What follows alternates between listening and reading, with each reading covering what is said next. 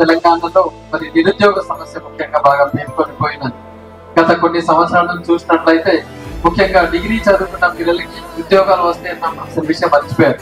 ఇవాళ బీటెక్ చేస్తున్నారు, సాఫ్ట్వేర్ లేకపోతే ప్రైవేట్ రంగం, ఎంబీబీఏ చేస్తున్నారు ఒక ప్రైవేట్ డాక్టర్, లేదంటే ఒక సిఏ చేస్తున్నాడు, ఒక చార్టెడ్ అకౌంట్, ఎల్ఎల్బి చేస్తున్నాడు, ఒక లాయర్. ఇవన్నీ కూడా ప్రైవేట్ లేదా సెల్ఫ్ ఎంప్లాయ్మెంట్ ఉపయోగపడుతున్నాయి. కానీ నిజంగానే గవర్నమెంట్ ఉద్యోగాలు ఎవరికైనా వస్తున్నాయంటే ఈ మధ్య కాలంలో ఇప్పుడు మాత్రమే ఈ ప్రభుత్వం ఏర్పడిన తర్వాత మరి కాంగ్రెస్ హయాంలో కొన్ని ఉద్యోగాలు సుమారు 50 ఉద్యోగాలు ఇప్పటికీ ఇచ్చినామంటున్నారు. అయినా పర్లేదు, కొన్ని లక్షల వేకెన్సీస్ ఇవాళ ఉన్నాయి. ఏ డిపార్ట్మెంట్ చూసుకున్నా ఇవాళ వేకెన్సీస్ ఉన్నాయండి.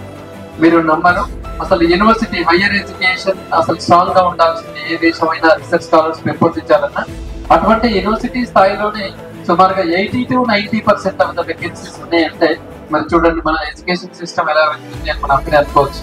పిహెచ్డి చేసిన పిల్లలు వేకెన్సీగా ఉన్నారు అక్కడ ఉద్యోగాలు లేక. మరొక వైపు పిహెచ్డి చేసిన వాళ్ళ గురించి మరి ప్రొఫెసర్ జాబ్స్ వేకెన్సీలు ఉన్నాయి. అలా చెప్పుకుంటూ పోతూ ఒక టీచింగ్ అని కాదు, అన్ని రంగాల్లో ఒక వేకెన్సీలు ఉన్నాయి. మరి ఖచ్చితంగా ప్రభుత్వంతో వెంట ఉండి మరి ప్రభుత్వం ప్రశ్నించైనా కూడా మరి ఉద్యోగ క్యాలెండర్ ఏదైతే వాళ్ళు చేసి ఉన్నారో ఖచ్చితంగా అది ఇంప్లిమెంట్ అట్టుగా కృషి చేస్తాను.